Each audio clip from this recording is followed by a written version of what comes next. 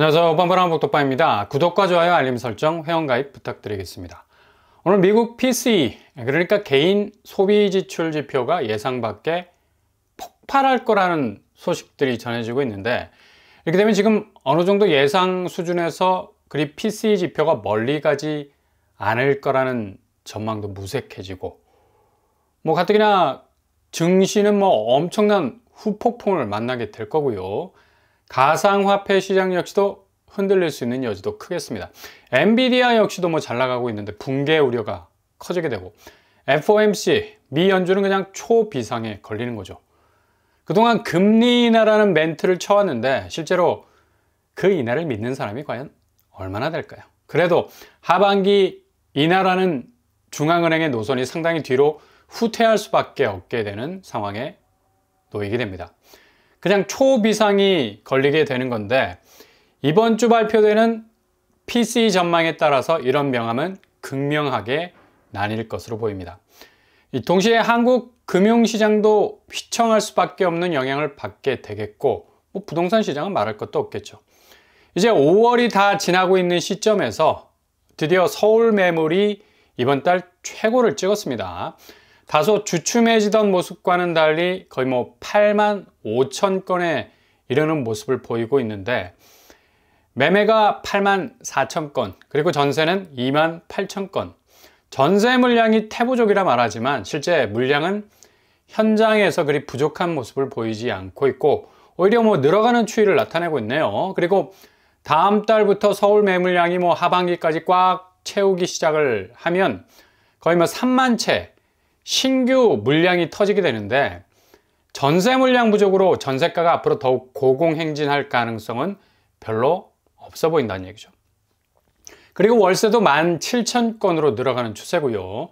그래서 서울 매물, 매매, 전월세 도합 13만 건을 유지하고 있는데, 중요한 건 거래량이 대폭 증가하는 추세로 가고 있는 것처럼 자꾸 시장을 교란하는 말들이 떠돌아다니고 있습니다. 오히려 지금 매물수가 줄지 않고 그대로 먼지만 폴폴 쌓이고 있는 형편인데, 지금 너무 팩트를 물속에 풀어버린 한지처럼 그냥 완전히 분위기를 와해시키려는 분위기도 한몫하는 것 같고, 이렇게 매물이 줄지 않고 적체가 되고 있는 상황에서 이 거래량이 늘어간다는 건 별 의미가 없다는 얘기죠. 그것도 4천 건을 넘었다는 건데 굉장한 의미를 부여하고 있죠. 정상적인 거래는 거의 10,000건 이상을 넘어가야 하는 거고, 최소 5천 건 선상을 왔다리 갔다리 해야지 이게 정상적으로 시장에서 소통이 되는 거래 순환이 될 수가 있는 겁니다. 근데 너무 소폭으로 증가하는 거래 추이를 긍정적으로 바라보는 관점, 지금 같은 비상시국에선 상당히 오판할 수 있는 근거가 될 수가 있겠죠. 그러니 당연히 지금 분양시장도 주춤할 수밖에 없는 거고, 일단 어제 마감이 된 서대문 센트럴 아이파크 전체 208세대 공급에 1,518개의 통장이 날아왔고, 경쟁률로 따지면 7.3대 1 정도. 특공부터 어제 소개해드린 대로 그닥 시원치가 않았죠. 1순위 마감을 지은 평형들도 눈에 띄지만 최종 계약률까지 가봐야 하는 거고, 59제곱, 75제곱, 그리고 84제곱에서 미달이 떴습니다. 이렇게 서대문에서 분양한 곳도 지금 시들시들. 입지가 워낙에 고바위 입지고, 말이 좋아 산세권이지. 마운틴이라는 이름 붙으면 그냥 오르막이 자동으로 아파트 1주문까지 펼쳐지게 되는 건데, 여기라도 가까우면 이게 용서가 되죠. 근데 도보로 20분이 넘어요. 거의 30분 가까이 되는데, 동시에 분양가도 12억이 넘어가고 있습니다. 이 고금리 상황 가운데 무리해서 들어가기에는 여러모로 허들이 많다. 지금 서울 분양도 작년 하반기보다는 이렇게 입지가 험지인 곳도 무작정 땡기는 분위기였었는데, 지금 많이 풀이 죽어있는 모습 확연하죠. 매매 시장, 구축 거래가 그만큼 활발하지 못해서입니다. 거래량 늘었다 하지만 신생아 대출을 물고 들어간 수요가 대거 노도강 중심으로 소형 아파트에 몰린 거래이기 때문에 집주인들이 갭투, 완전히 뽀개지게 생겼으니까 급거 빠져나오려고 가격을 낮춰서 노도강 집값이 확 꺾였다는 건데, 이런 거래 외에는 대부분 서울에서 정고점을 찍었다고 하는 거래들, 몇 년에 한 번 나올까 말까 했던 거래들, 그리고 강동구와 송파구 대단지들에서 나온 몇몇 거래들, 이게 다죠. 그러니 4,000건 넘어섰다는 얘기들도 그리 영양가 있는 거래가 아니라는 판단이 서게 됩니다. 당장 뭐 수원 같은 경우는 어제 1순위를 마감 지은 효성 해링턴 플레이스 119세대 모집에 145개의 통장이 들어오는, 이건 뭐 거의 모든 평형에서 세모표가 껌뻑껌뻑 떠 있는 걸 볼 수 있고, 숫자적으로는 모집 세대 수를 간신히 넘었지만 이 이탈할 수 있는 세대가 상당히 나올 수 있는 위험천만한 수치겠죠. 그리고 지방에선 두산 위브더 제니스, 아마도 뭐 지방 신축 아파트 중에선 가장 선호도 높은 반열에 있는 브랜드인데 깃발 꽂으면 무조건 흥행 완판이었죠. 근데 지금 완전히 엄청난 미분양의 위기에 몰려 있는 거고, 두산 위브더 제니스 센트럴시티가 1059세대 1순위 모집의 통장이 353개밖에 들어오지 않았습니다. 이렇게 공이 세 곳의 분양은 서울을 비롯해서 수원, 대구까지 모두 기대에 못 미치는 성적 거둔 것으로 보이죠. 이렇게 지금 신축 분양도 아주 쎄한 느낌 드는 분위기 이어지고 있습니다. 이유는 가격 때문이죠. 너무 분양가를 올렸습니다. 게다가 뭐 구축은 매물량이 오늘 날짜 5월 29일자로 이번 달 최고치 매물이 적체가 되는 기록도 갈아치웠고요. 결국 지난달 반짝했던 부동산 시장에서의 거래 소통이 다시 두절이 되고 단절이 되고 있다는 조짐이 조금씩 보이기 시작한다는 겁니다. 이제 여름이 다가오면 본격 비수기로 접어들 전망인데, 가뜩이나 거래에 빨간불이 들어온 시점에선 6월이 상당한 분기점이 될 가능성이 높겠습니다. 그래서 이번에 서리풀 공원 부지, 그러니까 여기서 800채 공급이 뉴홈으로 이루어질 전망이라고 하는데요. 여기도 뭐 그동안 완전히 서울 도심에서 숨겨진 위치였죠. 아예 완전히 사라졌던 위치이기도 했는데, 이번에 나눔형으로 공급이 만약에 되면 서리풀 공원이 있는 서초구에서 5, 6억대로 진입이 가능한 기회도 잡을 수 있겠습니다. 소형은 뭐 4억대도 가능할 수 있겠네요. 나눔형이니까. 주변 반포 힐스테이트가 20평대 24억, 현대, 동궁, 구축인데 16억 정도 시세를 유지하고 있습니다. 상당히 뭐 이례적인 서초구에서의 마지막 기회일 수도 있겠고, 막차를 탈 수 있는 그런 또 순간이 다가올 수 있겠네요. 그리고 수방사 부지도 본청약이 진행이 됩니다. 여기에 뜻을 못 이룬 분들이 있다면 다시 기회가 주어진다는 거고요. 그래도 한번 체크를 해보실 수 있길 바랍니다. 하반기에 나올 예정이고요. 근데 분양가가 그냥 일반 분양이라 나눔형이 아니라 8억이 넘어섰습니다. 아쉬운 부분이었죠. 아무튼 이런 틈새들은 잘 지켜보실 수 있길 바랍니다. 한국 상황이 이런 가운데 미국 주택시장이 지금 3월 달에 전년 대비 7% 이상이 치솟는 역대 최고 수준으로 집값이 올라가는 추이도 보이고 있습니다. 샌디에고가 11%로 가장 높게 집값이 치고 올라갔고, 뉴욕, 클리블랜드, LA 순으로 집값이 올라간 건데, 무조건 한국 부동산은 미국과는 반대 이미징이 된다고 생각하시면 되겠습니다. 왜냐? 미국은 지금 뭐 엄청난 경제 호황기를 지나고 있죠. 물론 뭐 만성 재정 적자로 인해서 엄청난 리스크도 떠안고 있지만, 일단 달러가 벌어들이는 무한 가치의 블랙홀, 그냥 거의 세계의 모든 자산을 빨아들이고 있고, 실제 무역도 꽤 괜찮은 편입니다. 문제는 체감도 높은 살인적인 물가 때문에 인플레가 잡히지 않는 건데, 그래도 지금 경제 호황 때문에 버티고 있는 거죠. 당연히 대출 부분에서 80% 이상 나오는 모기지도 버티고 있어서 집값이 당연히 오를 수밖에. 근데 한국 부동산은 미국과 완전히 반대로 가고 있죠. 우리도 오른다 시츄에이션을 잡고 있는데, 실은 무역 수지 불안정하고 성장률 상향 조정 등의 얘기도 나오지만, 한은도 뭐 GDP 성장률에 대해서는 그리 낙관하지 않고 있습니다. 물가는 당연히 체감도 극강이고 경기가 이걸 잡아채는 효과가 나와야 하는데 대출이 원활하지 않죠.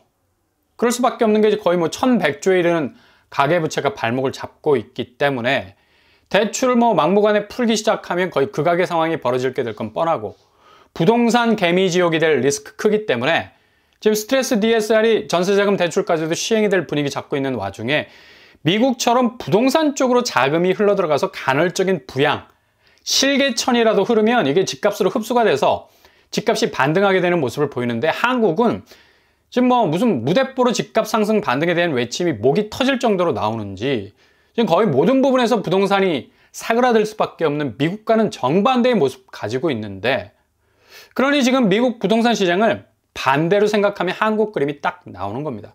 그래서 같은 고금리 시대를 살지만 미국은 집값이 오르게 되어 있는 거고, 한국은 집값이 상당히 약화될 수밖에 없는 상황에 있는 거죠. 이걸 하드웨어는 도저히 따라갈 수 없는 시장인데 그냥 아웃풋만 생각하고 그냥 무작정 집값이 반등해서 정고점, 고점을 찍을 거라는 전망이 나오는데 곰곰이 잘 판단을 하셔야 한다는 얘기입니다. 지금 우리는 금리 상황이 중앙은행에서 기준금리 뚜껑을 꾹 누르고 있는 상태고, 게다가 시중은행이 부동산 쪽으로 쏟아낼 수 있는 대출 여력도 한계에 달하고 있죠. 변동형 주담대가 벌써 상단 6%까지 치고 올라가고 있는데, 계속해서 오를 전망인 것은 코픽스가 내려간다고 변동형이 경쟁력 있는 주담대가 될 거라고 분위기 바짝 끌어올린 일주일 전이었지만, 결국 4%가 뚫릴 정도로 코픽스는 연중 최고치를 결국 찍었습니다. 어느새 이렇게 코픽스가 올랐는지 무슨 콩나물이 시루에서 물 먹고 하룻밤 사이에 쑥쑥 자라듯이 금리 상황이 좋지 않게 변하고 있죠. 대부분 시중은행에서 주담대 금리를 올리고 있는데 KB국민 그리고 우리은행도 상단 6%를 훌쩍 넘어가는 주담대 추세를 그리고 있습니다. 영끌든 휴 살았다라는 금리 인하 신호 껌뻑이던 적이 불과 일주일 전이었던 것 같은데, 시중은행은 정말 공격적으로 주담대 금리 끌어올리고 있는 상황이거든요. 이렇게 실질적으로 부동산을 움직일 수 있는 금리, 그러니까 자금의 유연성은 상당히 하드해지고 있다는 거. 그러니 섣불리 고분양가 받았다가는 그냥 평생 고금리 자물쇠에 덜컥 잠겨서 빠져나오지 못하는 난감한 상황에 처하게 될 수 있으니 이 부분도 고려를 하셔야 되고요. 지금 유럽 ECB가 금리를 다음 달에 전격적으로 내릴 거라는 신호도 주고 있는데 6월에 과연 금리를 할 수 있을까? 벌써 작년 6월부터 나온 말이었는데 거의 1년이 지나버렸죠. 미국과 디커플링, 독자 노선으로 가고자 하는, 어찌 보면 유로화가 달러에 엄청나게 두들겨 맞았기 때문에 자존심이 이만저만 상한 게 아니죠. 화폐 가치의 존재감이 상대적으로 엄청나게 약화가 됐는데 귀축 통화로서의 존재감 회복이 관건이라서 이런 선전포고를 하고 있는 것 같지만, 실제로 독일 분데스방크 총재는 9월까지 기다려야 한다는 주장도 하고 있어서 유럽도 그냥 찻잔 속의 태풍으로 끝날 가능성 높죠. 일단 유럽 인플레가 잡히고 있다 하지만 경제가 너무 안 좋죠. 미국 증시와 비교해도 깸생이 안 될 정도로, 유로 스톡스 600 지수는 미국 S&P 500 지수에 비해서는 그냥 나가 떨어지는 수준으로 날아갈 수밖에 없을 정도로 증시 자체가 그냥 꽉 눌려있는 상황이고, 미국의 경제 성장률은 2.4% 수준, 그러나 유럽은 0.3% 정도에 그칠 정도로 경기가 급속도로 얼어붙고 있는 상황. 당연히 빨리 금리를 인하해서 경기를 부양하고 싶겠지만 이게 마음 따로 몸 따로 가는 건 수순입니다. 인플레 잡혔다는 신호가 그리 확실하지 않아. 물가는 오르고 경기는 침체로 가는 디플레. 유럽도 서서히 그 늪에서 허우적거리고 있는 건데, 유럽 중앙은행이 단독으로 미국과는 별개로 금리 인하 노선을 가는 것도 이 엄청난 모험일 수 있거든요. 미국 달러가 저렇게 건재하게 버티고 있는 상황에서 그냥 화폐 가치 자체의 존립이 독자 노선을 걸을 수 있을 만큼 단단하지 못하기 때문입니다. 이렇게 미국 금리에서 자유로울 수 있는 나라는 그 잘 나가던 유로화도 그냥 꼼짝마 그대로 눌러붙어 있는 거고, 이걸 껌딱지 떼내듯이 쉽게 떼내고자 하지만 디플레로 가는 상황에서 물가가 확실하게 잡혔다고 확신을 못하는 건 경기가, 유럽 경기가 너무 안 좋아서 이렇게 다짜고짜 금리 인하를 하게 되면 다시 물가가 무섭게 치솟을 가능성이 있어서 금리 인하 정책 정말 쪽팔리게 유턴해가지고 다시 인상으로 급선회할 수도 있는 가능성이 있기 때문에 신중론이 앞서는 거죠. 그러니 한국은 금리 부분에선 유럽도 이런 마당에 어떻게 미국 금리와 따로 수, 미국 절대로 금리 안 할 겁니다. 재정 적자 메우려면 이렇게 금리 고강도로 밀어붙여야 극복이 가능한 건데, 달러 장사로 논할 수 있는 분위기 쉽게 접으려 하지 않을 것으로 보입니다.